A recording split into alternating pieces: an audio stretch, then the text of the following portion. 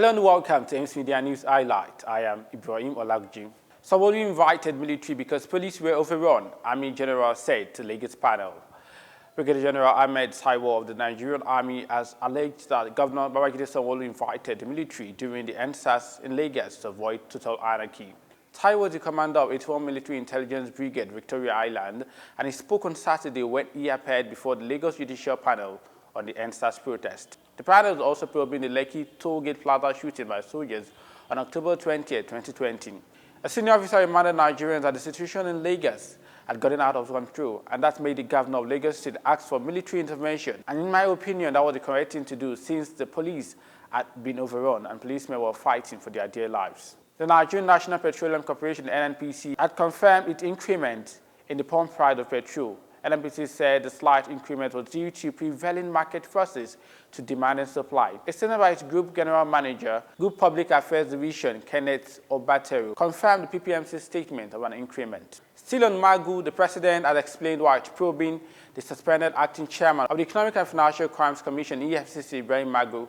President Muhammadu Buhari spokesperson Garba Shehu in a statement on Saturday said a series of documented allegations were made against him and several staff of the agency. He noted that following the preliminary review of the allegations, there were grounds for a detailed investigation to be carried out, which led to the constitution of an investigative panel in compliance with the extant laws. The People's Democratic Party, PDP, has condemned the increment of petrol price in the country. PDP's National Publicity Secretary, Olagunju, described the reported increment as wicked and unbearable. Olagunju said the President Muhammadu Buhari-led administration should stop such inhuman act against Nigerians. President Muhammadu Buhari had urged African leaders to ensure immediate actualization of the Common African Position on Asset Recovery, CAPAR, as the continent celebrated Anti-Corruption Day on July 11, 2020. In a letter to South Africa's President Cyril Ramaphosa, chairman of the African Union, the Nigerian leader asked for a commitment to the anti-corruption war by leaders of the continent to endanger an integrated, prosperous, and peaceful Africa driven by its own citizens and representing a dynamic force in the international arena. Nigeria should employ first-class and second-class upper graduates as teachers. The federal government has declared that teachers without requisite qualification and practicing license will be removed from the Nigerian teaching service.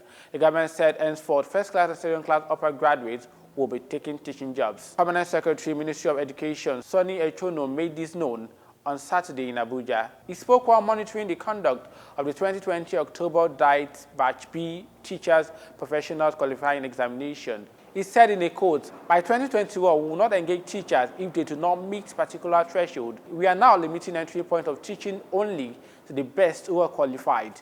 We would engage individuals with second-class upper and first-class division." One person has been confirmed dead while 6 others were rescued after a 3-story building collapsed at number 20 Freeman Street in Lagos Island Saturday morning.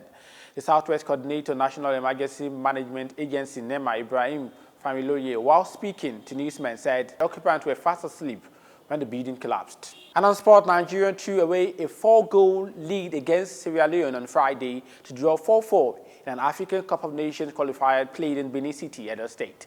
The Super Eagles came into the clash top of the group with a perfect record and opening the scoring as early as the 4th minute, but derailed during the match to share a point with the visitor.